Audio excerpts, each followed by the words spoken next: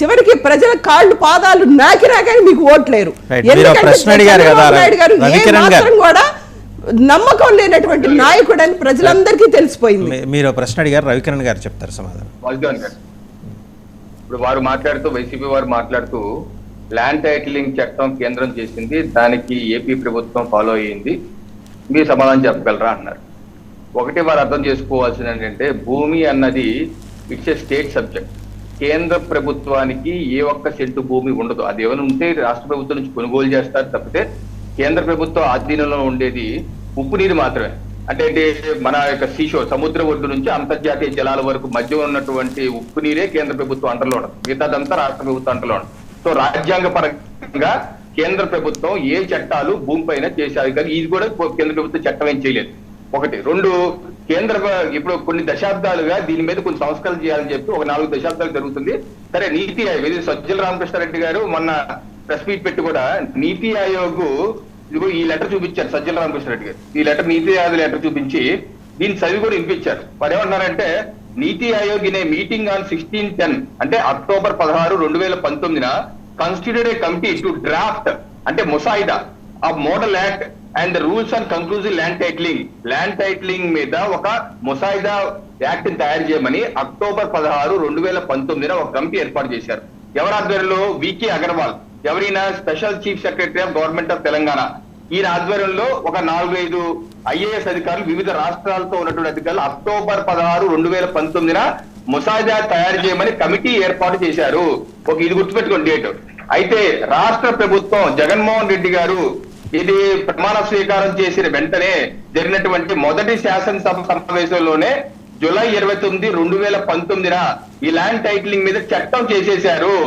July 29, 2019 అంటే నీతి ఆయోగ్ ఏదైతే ముసాయిదా తయారు చేయమని కమిటీ ఏర్పాటు చేయక ముందే 4-5 నెలల ముందే రాష్ట్ర ప్రభుత్వం చట్టం చేసేసింది. రాష్ట్ర ప్రభుత్వం చట్టం చేసేశాక ఈ రోజు వచ్చి కేంద్రం చెప్తే చేశాను, కేంద్రం చట్టం ఫాలో అని చెప్పారంటే సజ్జల రామకృష్ణారెడ్డి గారి నుంచి, ముఖ్యమంత్రి గారి నుంచి ఈ రోజు వైసీపీ ప్యానలిస్ట్ వరకు అందరూ చెప్తుంది అబద్ధం కాదా? మీరు మొదటి ఇంత కీలకమైన ఇది శతాబ్దం నాటువంటి రికార్డులు సెట్ చేస్తాం అంటున్న మీరు ప్రమాణ అంటే రాష్ట్రంలోని అన్ని కుటుంబాల మీద ప్రభావం చేసి ఈ చట్టం అన్ని కుటుంబాలు, ఎందుకంటే ప్రతి కుటుంబానికి ఒక ఇల్లు, గజం స్థలమో ఏదో పొలమో ఏదో ఉంటది, చాలా మంది గరిష్టంగా అందరూ ఉంటది. వాళ్ళందరినీ ప్రభావితం చేసే విధంగా వీళ్ళు ప్రమాణ స్వీకారం చేసిన ఏది కృష్ణదాస్ గారు ఆ రోజు రెవెన్యూ మంత్రి, అసలు ఆ రెవెన్యూ శాఖలో ఏమున్నాయో తెలుసుకుంటాకే టైం పడుతుంది 4 రోజులు. ఆ 4 రోజుల్లోనే ఇంత కీలకమైన చట్టం, శతాబ్దాలు ఉన్నటువంటి అవకతవకలను సెట్ చేసే చట్టం 4 రోజుల్లోనే వీళ్ళు చట్టం చేసి శాసనసభలో పాస్ చేయించేశారంటే ఈ ప్రభుత్వానికి ఎంత అవగాహన రాయిచ్చో చూడండి.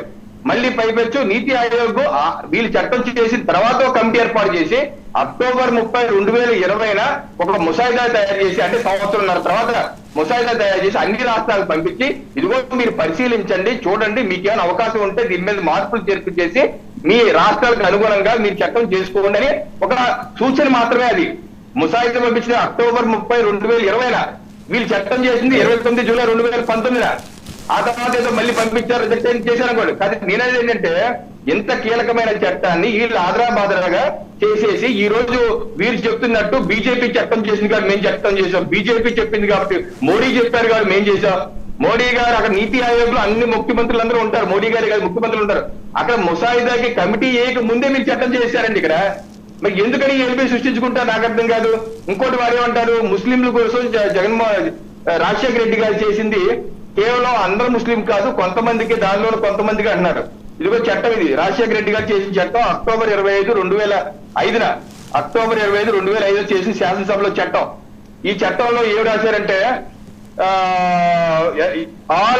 All Muslims means any person professing the faith of Islam but does not include for this purpose of this act persons belonging to Dudekula, Ladakh, Pinjara and Mathur groups who are already included in the list of backward classes in the state. అంటే ఈ 4 ముస్లిం కులాలు ఏదైతే backward class గా ఎప్పుడైతే 1970 నుంచే ఆంధ్రప్రదేశ్ రాష్ట్రంలో ఉన్నారో వీళ్ళందరూ కాకుండా మిగతా వాళ్ళందరినీ ఈ యొక్క రిజర్వేషన్ పరిధిలో తీసుకొచ్చారు రాజశేఖర రెడ్డి గారు. అంటే స్థూలంగా అందరూ ఆ 4 కులాలు మాత్రం బీసీ జాబితాలో ఉన్నారు, ముస్లిం కులాల్లో మిగతా ముస్లింలందరికీ ఆ 4% రిజర్వేషన్ ఇచ్చేశారు. ఇది బ్లాంకెట్ రిజర్వేషన్ కాదా? చట్టంలో చెప్తుంది అది కాదా? ఈ రోజు సుప్రీంకోర్టులో లేదా? సుప్రీంకోర్టు ఆల్రెడీ దాని మీద స్టే ఇచ్చి సరే 4% మీరు టెంపరీగా అమలు చేసుకుని రాజ్యాంగ ధర్మాసనానికి పంపించారు విచారణ చేయమని. నేనేంటంటే బ్లాంకెట్ రిజర్వేషన్స్ ఎవరికి ఇది చాలా చర్చ జరిగింది గతంలో కూడా వాసుదేవన్ గారికి చర్చ పెట్టారు, అన్ని దీంట్లో ఎక్స్ప్లెయిన్ చేయడం జరిగింది. సో నేననేది ఏంటంటే బ్లాంకెట్ రిజర్వేషన్ కి రాజ్యాంగంగా భారత రాజ్యాంగం ఒక మతానికి బ్లాంకెట్ రిజర్వేషన్ వ్యతిరేకం. కానీ ఆ మతంలో ఉన్నటువంటి వివిధ కులాలకి ఆర్థిక సామాజిక వెలుగుబాటు ఆధారంగా ఇవ్వడానికి వ్యతిరేకం కాదు. ఈ రోజు గుజరాత్ లో కావచ్చు, ఉత్తరప్రదేశ్ లో కూడా 30-40 ముస్లిం మతంలో ఉన్న వివిధ కులాలకు కూడా బీసీ రిజర్వేషన్ ఉంది, బీసీ జాబితాలో ఉన్నారు. వాళ్ళందరినీ ఓబీసీ కేంద్ర ఓబీసీ జాబితాలో రవికిరణ్ గారు మీరు చాలా కన్వీనియంట్ గా ఆంధ్రప్రదేశ్ రాష్ట్రం ప్రవేశపెట్టిన జీవోలను చూపించారు కానీ మేము సెంట్రల్ గవర్నమెంట్ లో మాట్లాడతారు, మీరెందుకు మాట్లాడతారు? సెంట్రల్ గవర్నమెంట్ లో ప్రధానమంత్రి గారు ప్రవేశపెట్టిన జీవోలు ఎందుకు చూపించారు?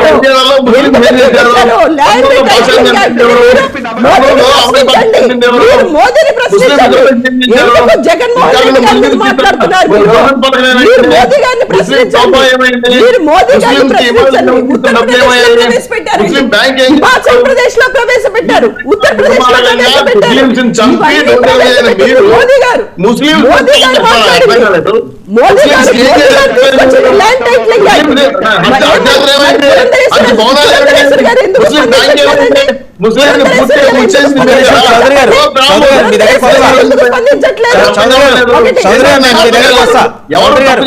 ఎవరి తప్పుడు మోస్తున్నారు మీరు?